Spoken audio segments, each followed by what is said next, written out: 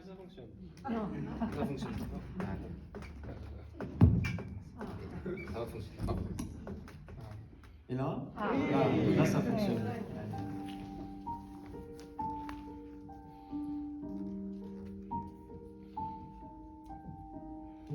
Il y a une personne chère à mon cœur, capable de me faire sourire même quand tout va mal.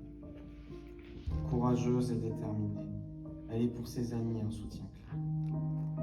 Elle les appuie, les encourage, les pousse et les soutient. Elle les aide à sortir le meilleur de chacun.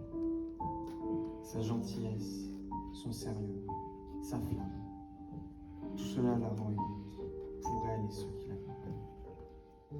Avec ses cheveux roux flamboyants, ses yeux noirs nuits et son teint clair, elle est, pour moi, une amie chère.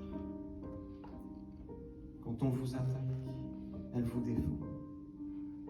Quand vous vous perdez dans la nuit, elle est la lumière qui vous ramène au rivage. Quand vous vous sentez triste, elle est la flamme de joie qui se joue là. Elle me répète souvent que, même dans les mauvais jours, même dans les moments les plus tristes, même quand on souffre pour nous et pour les autres, il ne faut pas jamais abandonner. Il faut se relever, regarder vers les autres, remonter vers ceux qui nous soutiennent. Et elle est toujours. Il était rond comme une miche de pain. Il était boulanger. Quand il m'enveloppait de toute sa rondeur, de toute sa tendresse, il sentait bon la farine et le pain. Quand je pense à lui, je me souviens du Fournil, de ce lieu où il était roi. Il criait ses ordres à ses commis, leur intimait d'élever la cadence d'une voix que je ne connaissais pas. Avec moi, il arrondissait sa voix. Il y mettait du beurre et du sucre, parfois même du chocolat. Comme dans les petits pains qu'il me confectionnait avec 3 barres, 3 voire 4 quelquefois. Il était blond comme le blé. Enfin, blond, c'est quand il était jeune. Moi, je ne lui ai connu que les cheveux blancs. Ses yeux étaient bleus comme ceux des princes des contes de mon enfance, comme les eaux du lac de Caume, son dernier voyage. Quand il était en colère, il plissait si fort les yeux qu'on ne voyait plus de bleu. On ne voyait que du noir. Le noir, je l'ai vu dans ses yeux, une fois, une seule fois. Ce jour-là, j'avais décidé de l'aider et de confectionner un pain un peu spécial, avec plein de cailloux ramassés dans la cour et mélangés à la pâte dans le pétrin. C'est la seule fois où il s'est mis en colère contre moi. Ce jour-là, la casquette qu'il portait toujours sur la tête m'a chauffé un peu les fesses. René la boulange n'était pas très grand. Il en imposait pourtant.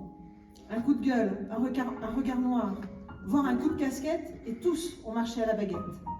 Normal pour un boulanger. Ce boulanger s'appelait René. C'était mon grand-père. Où chaque branche est le chapitre d'une vie, où chaque feuille est l'anecdote d'une histoire. Elles nourrissent les fruits succulents de tout bonheur et me transmettent leur force et leur joie de vivre. Là, une branche est cassée et la sève pleure. C'est le drame qu'on ne voudrait pas voir jaillir, qui me rappelle que non, rien n'est acquis, que la beauté se transforme au gré des saisons. Il dit attends. Là où j'habite, il y a un chat. Il se prélasse toute la journée sur le canapé. Il bâille aux corneilles, il sent la croquette. Il s'étire de tout son long. Jamais vu un chat aussi long. C'est l'ange de la maison. Là où j'habite, il y a des tisanes à la bergamote. J'adore la bergamote, car je trouve que c'est un joli mot. Et ça rime avec rigolote. Là où j'habite, ça sent le romarin et le patchouli. Les herbes folles y sont à l'abri, et les araignées aussi. Et puis, il y a toi, il y a moi, et notre plus belle réussite, notre fils. C'est notre nid, notre repère, notre refuge. C'est là où on habite.